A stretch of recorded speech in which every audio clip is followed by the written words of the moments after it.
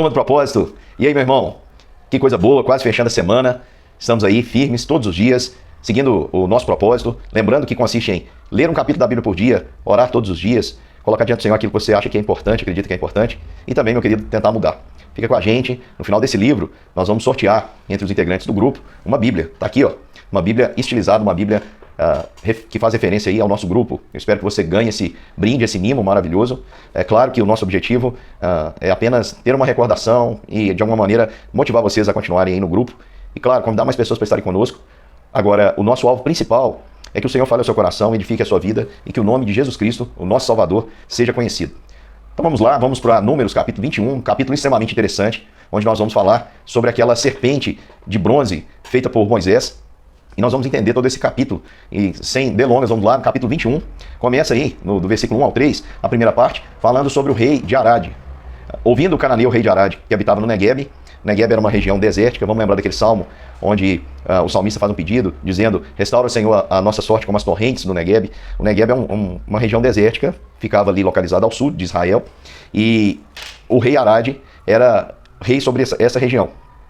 E ele pelejou contra o povo de Israel, sabendo que eles vinham a caminho, atacou e levou alguns de Israel cativo. Ou seja, ele aproveitou a fragilidade desse povo, um povo que morava no deserto, estava um povo extremamente sofrido, e ele ataca esse povo, leva alguns cativos, e o povo então chega até ao Senhor e faz um voto dizendo: se o Senhor entregar esse povo nas nossas mãos, nós vamos destruir totalmente as cidades.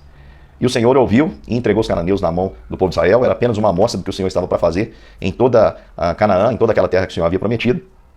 E diz que os israelitas nesse dia aqui cumpriram o que haviam prometido, e as cidades foram totalmente destruídas, e aquele lugar passou a se chamar Ormá. Ormá significa devotado à destruição. É uma referência ao voto que eles fizeram, já que eles haviam sido assim tão cruéis, levados cativos ao povo de Israel, pelejado contra aquele povo frágil. Eles fizeram um voto de destruição. Por isso o nome daquele lugar, que foi totalmente destruído, se chamou Ormá. Então eles partiram ali do Monte Or, vamos lembrar que foi o monte onde Arão também foi recolhido pelo Senhor, no caminho do Mar Vermelho, a rodear a terra de Edom. Só que o que acontece? O versículo de número 4 diz que o povo foi impaciente. Olha só, diz assim: porém o povo se tornou impaciente no caminho. Vamos lembrar que Edom não deixou o parente próximo de Israel, não deixou passar, protegeu ali a entrada do país deles, não deixou que Israel entrasse ali nas suas terras. Eles tiveram, portanto, que contornar. E esse contorno fez com que o caminho fosse mais longo e trouxe impaciência no caminho. Meu querido irmão, isso deixa para nós uma lição. Nós precisamos esperar com paciência no Senhor. Uma das coisas mais difíceis do mundo é esperar, mas nós precisamos aprender a esperar. Tanto é que nós somos chamados a viver por fé. O serviço que nós prestamos ao Senhor, irmãos, não é um serviço como o que as pessoas fazem e dá para calcular os resultados. Por exemplo, se nós temos um padeiro, se ele tiver os ingredientes certos, os meios acessíveis, ele pode calcular mais ou menos quantos pães vai produzir, quantos bolos, o tempo que vai ficar pronto. E o nosso serviço ao Senhor, que é espiritual, que é um trabalho onde nós compartilhamos o conhecimento que temos de Deus com as outras pessoas e sabemos que nós podemos plantar, o outro pode regar, mas o crescimento vem do Senhor. Nós temos que ter paciência. Paciência. A Bíblia nos diz isso, que o justo, ele é como uma árvore plantada junto ao ribeiro das águas, ou seja, ele está sempre pronto, mas ele só vai dar fruto no devido tempo, que no devido tempo dá o seu fruto. O que a Bíblia diz lá é que a folhagem nunca está murcha. A folhagem nunca murcha, porque ele está sempre pronto no ponto de dar fruto, conforme a vontade do Senhor. Então, meu querido irmão, olha só. O povo foi impaciente no caminho. E o povo falou contra Deus e contra Moisés, dizendo: por que nos fizeste subir do Egito para morrermos nesse deserto, onde não há pão, nem água? E a nossa alma está cansada dessa comida miserável. Aqui na versão revista atualizada, no versículo 5, diz assim: a nossa alma tem fastio deste pão vil. Ou seja, ela está cansada de comer a mesma coisa. Nossa alma está enjoada com esse alimento. E nós temos que lembrar, irmãos, que o maná, ele era tão precioso que ele se encontrava lá na Arca da Aliança, um pote com maná. Esse maná é o pão do céu que apontava para Cristo. Não foi a primeira vez que as pessoas reclamaram desse maná. Vamos lembrar que em Números 11 eles reclamaram e disseram: olha, nossa alma está seca, está lá no versículo 4 a 6, extremamente exagerados, e dizendo assim: nós temos saudade do que tinha no Egito, dos melões, dos alhos silvestres, das cebolas, dos alhos. Ou seja, eles começam a lembrar de um passado que não existiu. Eles começam a criar uma fantasia na mente deles de que o Egito era bom, que lá que era o lugar de prazer, na verdade, e que o que o Senhor promove hoje não produz prazer, não produz gosto. E eles reclamam ali em Números 11 também do maná, e os irmãos aí lembram o que o Senhor fez, deu o que eles queriam, comeram carne até sair pelo nariz, e eles morreram ali de praga. O Senhor os disciplinou, os corrigiu, naquele tempo em que eles reclamaram do pão do céu. E a Bíblia vai chamar assim, Salmo 78 vai chamar o maná, Salmo 78, 23, 25, de pão dos anjos. Salmo 105, 40 vai chamar, Salmo 105, versículo 40 vai chamar de pão do céu. E Neemias também vai mencionar maná lá no capítulo 9 como pão dos céus. Vamos lembrar que o verdadeiro pão do céu, Jesus vai confirmar isso lá no Evangelho de João, ele vai dizer que o verdadeiro pão do céu quem dá é o Pai. Esse pão do céu é Jesus. Portanto, o maná era um símbolo que apontava para o Senhor Jesus. E os homens aqui de Israel estavam criticando aquilo que o Senhor estava fazendo, murmurando.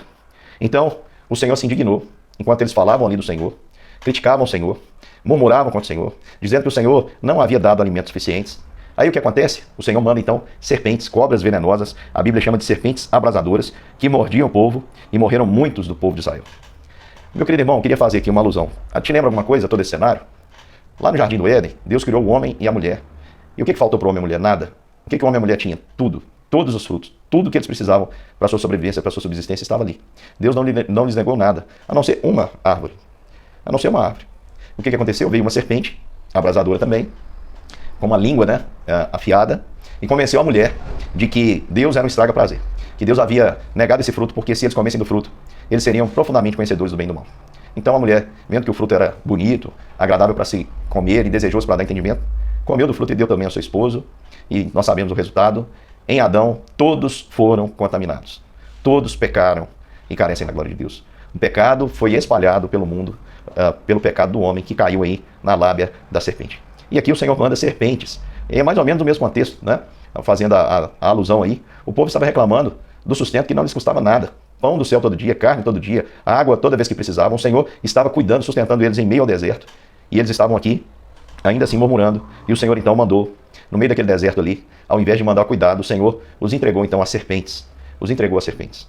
Como esse mundo também jaz no maligno, foi entregue no maligno, lá em João 12, o Senhor Jesus vai chamar a serpente, o diabo, de o príncipe desse mundo. Nós vamos lembrar que o Senhor também na cruz vai esmagar a cabeça da serpente, vai despojar o maligno, vai humilhá-lo, vai riscar a sentença de morte que era contra nós. E é muito interessante isso, irmãos, porque o texto vai nos dizer o seguinte, que a solução veio a partir da confissão. Versículo 7, veio o povo a Moisés e disse, olha, nós temos pecado. Havemos pecado, porque constantemente, Moisés, nós temos falado contra o Senhor e contra ti. Olha o Senhor que tira de nós as serpentes. Preste atenção, meu querido irmão. Você é impaciente no caminho, você reclama de Deus, dos caminhos que Deus te faz passar. Você começa a reclamar de Deus, que as coisas não estão bem. Você começa a reclamar da liderança de alguma maneira, de alguém da sua igreja, porque você acha que de alguma forma a sua vida está como está, porque essa pessoa é de alguma maneira irresponsável por isso. Meu irmão, não seja impaciente no caminho, não murmure no caminho, não dê lugar à serpente no caminho, meu querido irmão. Desfrute a presença de Deus nessa peregrinação em que nós estamos enfrentando. Esse mundo aqui é deserto, esse mundo aqui é escola, esse mundo aqui é lugar que nós estamos como forasteiros, marchando para a terra que o Senhor preparou para nós através do sacrifício de Cristo. Então, meu querido irmão, não murmure, não fale daqueles que estão exercendo sobre você o cuidado do Senhor. Não murmure contra ele. Entenda que ele é ser humano também, ele pode falhar, pode falhar. Eu falho, os presbíteros aqui da igreja falham, o seu professor de escola dominical falha, o seu presidente de alguma sociedade interna falha. Aquelas pessoas, os seus pais vão falhar, mas não murmure, não fale.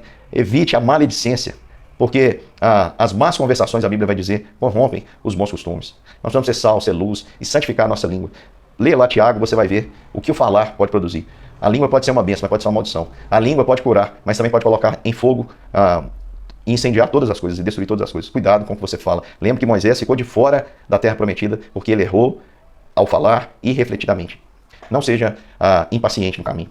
Disse o Senhor a Moisés, então, faça uma serpente de bronze, igualzinha às outras, uma serpente na semelhança dessa que está mordendo os homens, eles estão morrendo. Faz uma serpente de bronze. Vamos lembrar que bronze significa juízo, é um material que representa juízo. Então, vamos entender o que significa isso. Ele faz uma serpente que, ao invés de matar, essa serpente cura, mas ela era na semelhança das outras serpentes. No entanto, essa era de bronze. E ela foi colocada em uma haste para ser levantada. E diz o texto que todo aquele que era mordido e mirava a serpente, olhava para a serpente, vivia. Fez Moisés uma serpente de bronze e pôs sobre uma haste, sendo que alguém mordido, quando era mordido por alguma serpente, olhava a serpente de bronze e sarava. Qual que é esse significado?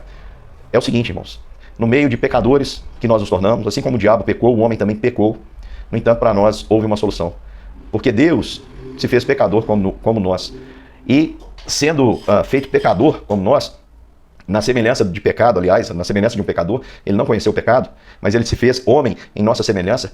O Senhor Jesus ali, ele foi pendurado, levantado no madeiro, e a Bíblia diz que maldito é todo aquele que for pendurado no madeiro. para que através da sua vida nós fôssemos curados. Vamos ver algumas ligações que a gente pode fazer. Olha só, a Bíblia vai nos dizer em Romanos 6:23 que o pecado atingiu todos os homens, todos pecaram e carecem da glória de Deus. Ela vai dizer que o salário do pecado é a morte. Romanos 3:23 vai dizer que todos pecaram, e Romanos 6:23 vai dizer que o salário do pecado é a morte, e o dom gratuito de Deus é a vida eterna em Cristo Jesus. Então, essa serpente de bronze representa aquela que cura, aquela que exerce o juízo, e o juízo dela, o veredito dela, a sentença dela, é de que os homens fiquem curados. Por quê? Porque ela carregou sobre si o pecado e a iniquidade de todos nós. E por que Deus usa uma serpente? Por que Deus usa outro ser? Vamos lembrar que a serpente, lá no início, no Éden, ela foi amaldiçoada. E olha só, o Senhor Jesus, ele pagou o preço pelos nossos pecados. Isaías 53 vai dizer isso de uma maneira muito clara. Vai dizer que pelos nossos pecados ele foi entregue, as nossas iniquidades caíram sobre ele. 2 Coríntios 5:21 vai dizer que aquele que não conheceu o pecado, Deus o fez pecado por nós. E eu acho muito interessante esse texto aqui de Gálatas 3:13, que vai dizer assim: por isso Cristo nos resgatou da maldição da lei, fazendo-se ele próprio maldição no nosso lugar, porque está escrito: maldito todo aquele que for pendurado em um madeiro. Eu vi um filme muito interessante, onde Moisés ali levanta essa serpente, e para ele levantar uma serpente de bronze, ele fez, é claro que isso é uma inferência, tá? Ele teve que cruzar aquela haste ali, colocou como se fosse uma cruz e a serpente enrolada. Tanto faz se era apenas um madeiro, ou se tinha realmente um X ali com a madeira para que a serpente pudesse ser apresentada e ser erguida. Não importa, o que importa é que o próprio Jesus, ele faz essa ligação, dizendo isso. Lá em João, quando fala com Nicodemos, o Senhor vai dizer que, lá em João 3, 14 e 15, ele diz assim: como Moisés levantou a serpente no deserto, assim também é necessário que o Filho do Homem seja levantado, para que todo aquele que nele crê tenha a vida eterna. Então, meus queridos irmãos, o Senhor Jesus é a cura. É interessante que as serpentes não foram tiradas, mas aquele que era mordido pelas serpentes, se olhava para a serpente de bronze, que representava o Cristo Salvador, esse era curado. É isso que Cristo veio fazer. Ele veio nos substituir, veio tirar de nós o veneno do pecado. A Bíblia nos diz para nós olharmos firmemente para o autor e consumador da nossa fé, Jesus Cristo. Isso está lá em Hebreus 12, para que a gente possa aí suportar a nossa caminhada e vencer essa carreira que ele nos propõe. E lá em Isaías, de uma maneira muito interessante, Isaías 45 vai nos dizer, a partir do versículo 21 a 23, anunciai, chegai, tomai conselho todos juntos. E lá na frente ele vai dizer assim: Deus justo e salvador, não há outro além de mim. Olhai para mim e sereis salvos, vós todos dos termos da terra, porque eu sou Deus e não há outro. E lá mais abaixo ele vai dizer que aqueles que olhassem para ele seriam salvos, porque ele é o único salvador.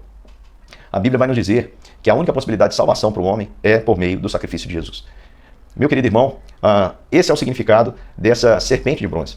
A gente tem que citar que o povo de Israel foi curado ali, confessou seu pecado, mas como sempre, né, o homem, ele muitas vezes dá mais valor ao símbolo do que à realidade. Aquele objeto foi preservado e o povo vai passar a adorá-la.